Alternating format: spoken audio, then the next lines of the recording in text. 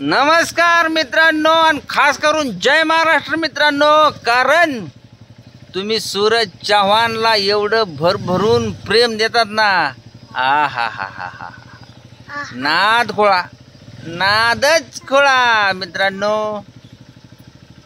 काल गणपती बाप्पा बसले आणि त्याच्या आदल्या दिवशी सूरज चव्हाण बिग बॉसचा कॅप्टन झाला। अहो एवढा सामान्य पोरगा जर कॅप्टन जर तुमच्या आणि देवबाप्पाच्या आशीर्वादाने जर झाला ना मित्रांनो, खरंच महाराष्ट्रात गर्वाची गोष्ट आहे। आणि खास करून पेडे दादा म्हणजे पंढरीनाथ कांबळे हे बी सूरजला एक गरीब पोराला एवढं भरभरून साथ देते, सगळं सांगतेत समजून।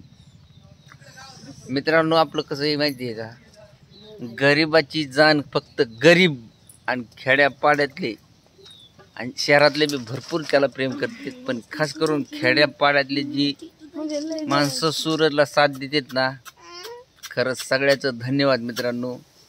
कारण सूरज चव्हाण एक खेड्यातला असा तारा आहे, उगावता तारा। आता तो लांब गेला म्हणजे बाकीचे बी आता भरपूरून मेहनत करणार आणि सगळ्यांनी असंच करायला पाहिजे।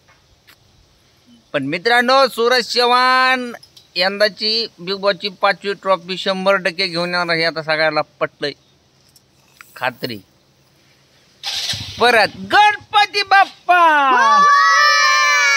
गणपती बाप्पा मंगल मूर्ती, सूरज चव्हाण ट्रॉफी आणणार म्हणा ना।